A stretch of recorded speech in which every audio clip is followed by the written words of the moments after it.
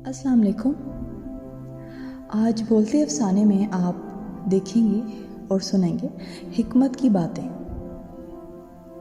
सबसे मकबूल तरीन वजीफ़ा इस्तिग़फ़ार है।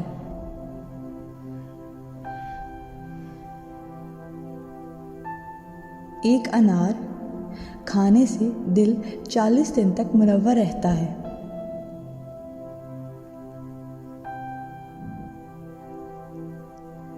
बावजू रहने से रिस्क और उम्र में इजाफा होता है।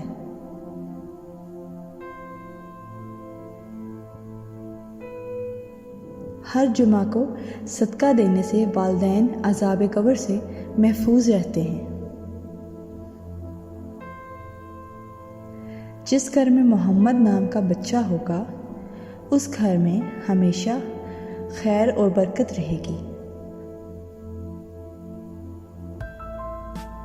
खाने के बाद बर्तन को उंगलियों से साफ करने से रिस्क बढ़ता है। जुम्मा के दिन नाखून काटने से बीमारियों से शिफा मिलती है।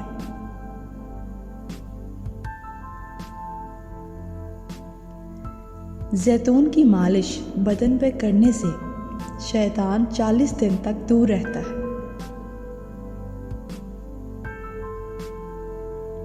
जो शख्स रोज़ाना निहार मुँह 7 खजूरें खा लेगा उस पर कभी जादू असर नहीं करेगा।